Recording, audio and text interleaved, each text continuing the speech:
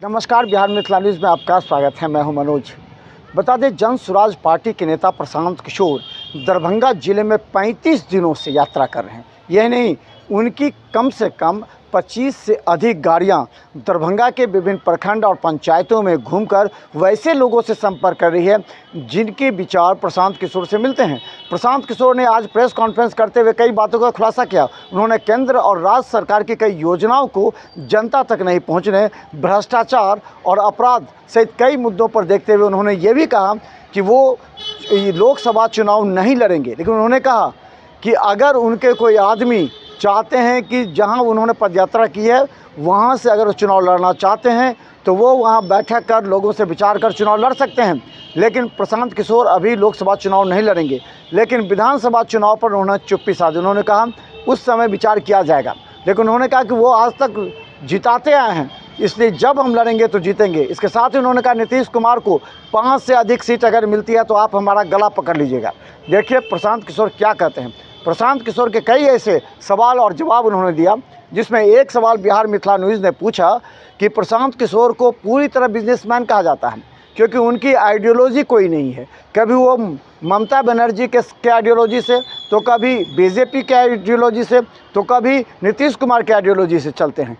तो क्या उनका जनता में किस तरह विश्वास बनेगा? देखिए क्या कहते हैं प्रशांत किशोर। हम जब चुनाव ही नहीं लड़ रहे तो आप नहीं लड़ रहे। आप सुन लीजिए बात, 2025 का चुनाव होने दीजिए, उसके बाद आप हमको खोजिएगा मिलने के लिए कि प्रभाव क्या पड़ा नहीं पड़ा। हमारा जो ट्रैक रिकॉर्ड है, लोग हमको जब चुनाव का परिणाम आता है तब खोजते हैं कि कौन है। जब तक चुनाव का परिणाम नहीं आता है तो सब आदमी यही कहता है कौन है प्रशांत किशोर, तो बिजनेसमैन है, इधर एनजीओ चलाता है, इधर लैपटॉप चलाता है। और जब परिणाम आता है तो कहता अच्छा यही है प्रशांत किशोर। यही बिहार में भी होगा 25 में। भाई हमारे हर भाषण को सुन लीजिए। हम हर भाषण में पहले कहते हैं कि आप बिल्कुल प्रशांत किशोर पर भरोसा मत कीजिए, आप अपने आप पर भरोसा कीजिए। प्रशांत किशोर अगर जन स्वराज बनाते, हम इसके नेता होते, हम आपको कहते कि हम आपका ठीक कर देंगे, तब न धोखा देते। हम तो आप हमारी भाषणों को जाकर सुन लीजिए। हम ये कह रहे हैं कि कोई प्रशांत किशोर 10 प्रशांत किशोर आ जाएगा तब भी आपका जीवन नहीं सुधरेगा। आपको अपने आप में अपने वोटिंग बिहेवियर में सुधार करना है, और दल अगर बनाना है तो सबको मिलकर बनाना होगा ताकि कोई किसी को न ठगे। अगर बिहार के 10 लाख लोग मिलकर दल बना रहे हैं तो सब लोग तो एक दिन में नहीं परिवर्तित हो जाएगा। प्रशांत किशोर तो ठग सकते हैं। आपने कहा पहले हुआ है, पहले किसने यहाँ बिहार में सबको सबसे संवाद करके मिलके इतनी बड़ी पदयात्रा करके किसने दल बनाया है? यहाँ दल तो आधा मिनट में बनता है। जो दल बनाया वो कहा कि हम इसके नेता रहेंगे और हमारे बाद हमारे बेटा रहेंगे। दल तो यहाँ ऐसे ही बनता है। बिहार के लोगों से बातचीत करके कोई दल बना हो, आप हमको बता दीजिए, हम मान लेंगे कि भाई हमारी गलती है। प्रशांत जी, मेरा दो सवाल है। जगहों पर आपने गए कई गाँव में, हमने उसके बाद जनता का सर्वे किया। कुछ लोगों का कहना है कि प्रशांत किशोर पूरी तरह बिजनेसमैन है, उनका कोई आइडियोलॉजी नहीं है। कभी ममता जी के साथ उनका होता है, तो कभी बीजेपी के साथ, फिर महागठबंधन के साथ। किसी न किसी व्यक्ति का तो एक आइडियोलॉजी होना ही चाहिए। एक बिजनेसमैन का कोई आइडियोलॉजी नहीं हो सकता। तो जनता कह रही है कि प्रशांत किशोर, पप्पू यादव, विकास वैभव और प्रशांत किशोर इस तरह एक टीम बनाकर काम कर रहे हैं जो कहीं न कहीं महागठबंधन या फिर बीजेपी से समझौता करने की बात करें। देखिए मेरे भाई, ऐसा है कि हमारा काम ही हमारी पहचान है।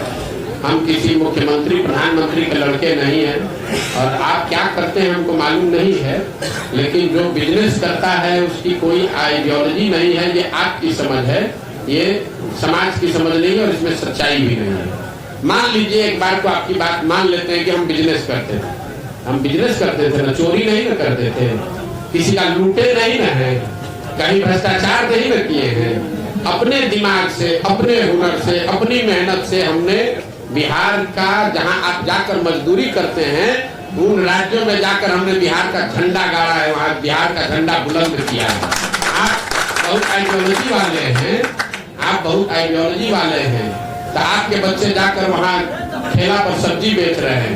हमारी आइडियोलॉजी नहीं है, तो उन्हीं राज्यों में जाकर हम वहां के राजा को बनाते हैं। तो आपको तय करना है कि आपको किसके साथ रहना है।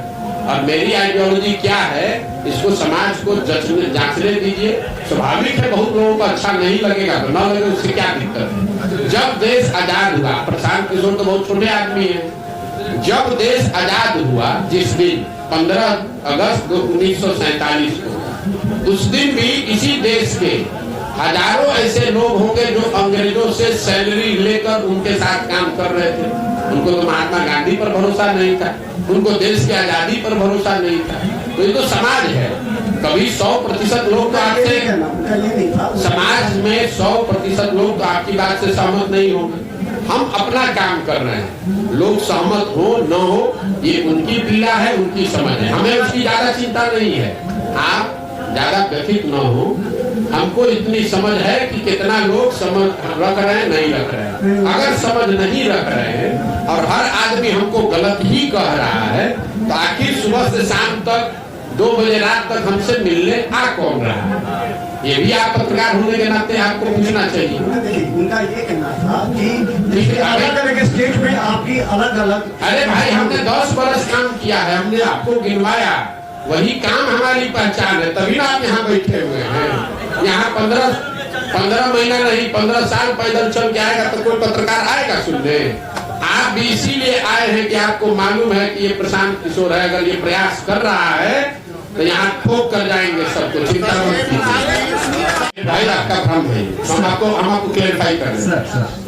आपका कहना ये ठीक है कि जब लालू जी का राज था तब FIR होता ही नहीं था, थाना में तो क्राइम दिखेगा कैसे? लेकिन आपने ध्यान नहीं दिया, मैंने डेटा कंपेयर किया 21 का 22 से, तो 21 में तो क्राइम रजिस्टर हो रहा था जी, तो 22 में भी क्राइम रजिस्टर हो रहा है। तो क्राइम रजिस्टर होने की वजह से ऐसा हो जाए ऐसी बात तो है नहीं। जो व्यवस्था से क्राइम रजिस्टर करने की व्यवस्था 21 में थी वही आज 22 में भी है, उसमें 24% की बढ़ोतरी हुई है। ऐसा नहीं हुआ है कि 2022 में बिहार सरकार ने क्राइम के प्रति ज्यादा सेंसिटिविटी दिखाते हुए नए थाने सेट कर दिए या FIR की प्रक्रिया को आसान कर दिया, ऐसा कुछ नहीं हुआ है। प्रक्रिया जो 21 में थी वही 22 में। अगर हम कठिन है और कठिन है इसीलिए हमको करना है, लेकिन अगर आप उसको 2 बरस 3 बरस 4 बरस 5 बरस ईमानदारी से मेहनत से करेंगे तो निश्चित तौर पर इसको किया जा सकता है। हम उनमें से नहीं है जो आकर कहीं लड़ाई में घुस गया। अगर हम यहाँ लड़ने आए हैं तो आप ये मान कर चलिए कि जितनी भी राजनीतिक समझ रखने वाले यहाँ लोग हैं, थोड़ी बहुत समझ हमको भी है। आप ये मान कर चलिए कि इसके जीतने का पूरा खाका हम बनाकर आए हुए हैं। हम उनमें से नहीं है जो आगे आ रहे थे घूमने लगे, इतना तो आप भी जान रहे हैं। हमको इतना हमको आप होशियार नहीं मानिए, लेकिन बेवकूफ तो बहुत कम लोग कहेगा कि प्रशांत किशोर बेवकूफ। अगर बेवकूफ कहे भी तो कोई दिक्कत नहीं है। हमें इस बात का की समझ है कि बिहार में ये कितनी बड़ी चुनौती है, लेकिन हमें इस बात की भी समझ है कि बड़ी चुनौती है, लेकिन फिर भी इसको किया जा सकता है, इसीलिए कर रहे हैं। अगर बिल्कुल मलाल नहीं, आप हमको नहीं जानते हैं, हम जीवन में वो लोग नहीं है जो किसी निर्णय पर मलाल करें। हमारे माता पिता और हमारे गुरुओं ने सिखाया है कि जीवन में जो आप काम करते हैं उसके अगर उसमें आपको कुछ गलती हो जाए तो उससे 2 रास्ते आपके पास हैं। एक, आप अपने निर्णय और अनुभव के आधार पर सीख सकते हैं, सीख कर आगे जीवन में गलती न करें ये कर सकते हैं, या उसका मलाल कर सकते हैं। हम मलाल करने वाले लोग नहीं हैं। एक बार नीतीश कुमार ने अगर धोखा किया, उसके बाद नीतीश कुमार चाहे 20 बार हमारे पास आ गए, कितनी बार बात कर ली, कितने संदेश भिजवा दिए, हमने कह दिया कि अब फिर सियार सर्कुल के नीचे नहीं जाएंगे। हमको चाहे 1 बरस लगे कि 10 बरस लगे, अब नीतीश कुमार के साथ जाने का कोई सवाल नहीं है। नीतीश कुमार जब महागठबंधन बनाए, इस बार आपको पता चला जब बनाए तब, हमको आकर मार्च में 6 महीना पहले आकर सबसे पहले हम ही से सलाह किया कि भाई अब महागठबंधन बनाना चाहते हैं, आप इधर आ जाइए, आप तो भाजपा के खिलाफ हमारी मदद करना चाहते थे। उस समय भी हमने कहा कि हम नहीं मिलेंगे, हम नहीं आ सकते हैं, आपको जो करना है वो कीजिए, हम अपनी नई व्यवस्था ही बनाना चाहते हैं। प्रशांत किशोर जी, मेरा एक सवाल है जी कि आपने अभी अपने ही माना इस बात को कि बिहार में जातीय के आधार पे लोग वोट देते हैं। जाति भी एक आधार है, जाति भी आधार जी। है। कुछ लोग भाजपा के विरोध में आरजेडी को वोट देते हैं, जी। कुछ लोग आरजेडी के लोग। क्या लगता है जिस तरह से आप वोट रहे हैं, बहुत राह आसान है आपके लिए बिहार में जिस विजन को लेकर आप चले हैं? मेरे भाई ऐसा है, हम आसान राह वाले लोग नहीं हैं।